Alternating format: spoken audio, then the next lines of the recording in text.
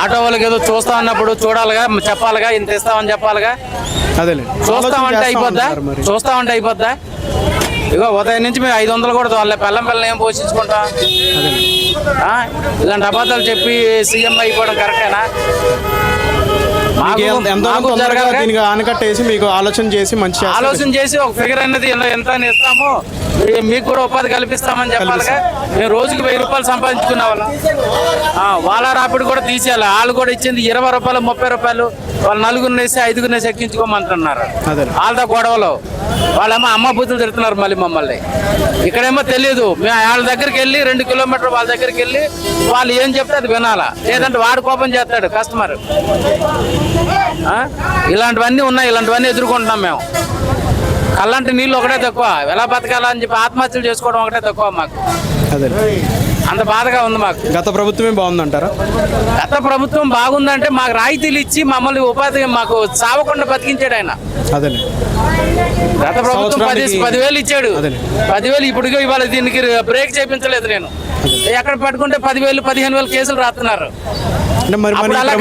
రోడ్లు వేయించామంటున్నారు. ఏమండి, రోడ్లు వేపిస్తే ఏదో మూలలోనో సందుల్లోనో మెయిన్ రోడ్ల మీద రోడ్లు వేపిస్తారండి. అక్కడ సాపుకుంటే సరిపోతా?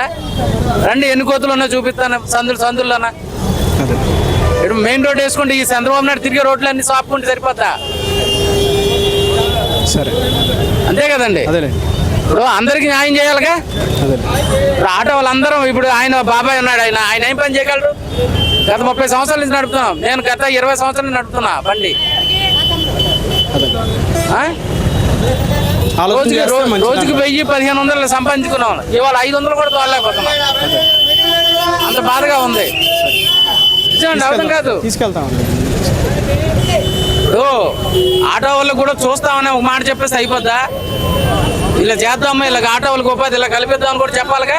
చెప్పాలి, రూపకల్పన చేయాలి. ఏదో ఒకటి ఏమి చెప్పకుండా చూద్దామంటే ఇంకా అంతే, ఇంకా మూసుకొని కూర్చోవాలి మేము. ఎప్పుడో చూస్తాడు, మేము సచ్చిన తర్వాత చూస్తాడు. ఏం చూస్తాడో మీకు సచ్చిన తర్వాత? అంతే కదండి. ఏదో విషయం చెప్పాలిగా. పలానా ఆటో వాళ్ళకి ఇగో ఇది ఉంది, ఇలా చేద్దాం, వాళ్ళకు కూడా ఉపాధి ఉండాలి, వాళ్ళు కూడా పిల్లలు పోషించుకోవాలి అని చెప్పాలిగా. ఏమి చెప్పకుండా చూద్దామండి, సరే అంతే అయిపోయింది. చేతులు పెట్టాను. ఏనా కరెక్టా? అంత పెద్ద అయినా అలాగ ఆలోచన చేయకూడదు. ఏదైనా ఉంటే ప్రాంప్ట్గా చెప్పాలి, క్లియర్ కట్గా చెప్పాలా. ఆటో వాళ్ళు కూడా చూస్తా ఉంది. హైదరాబాద్లో చూశాడు, కర్ణాటకలో చూశాడు. ఆయన ఇన్ని చూసి మళ్ళీ ఫ్రీ బస్ పెట్టాడు. సరే, పెట్టుకుంటే పెట్టుకొని, మాకెందుకు వాళ్ళ రాజకీయ దీని గురించి. కానీ మా గురించి మా ఆలోచనలు చేయాలి కదా. మేము కూడా బతకాలిగా. నెలకు ఒక 10,000, 20,000, 15,000. రోజుకి 1000 రూపాయలు తీసుకెళ్ళాలనుకుంటే తెల్లవారితో రూపాయి ఉండట్లేదు మాకు.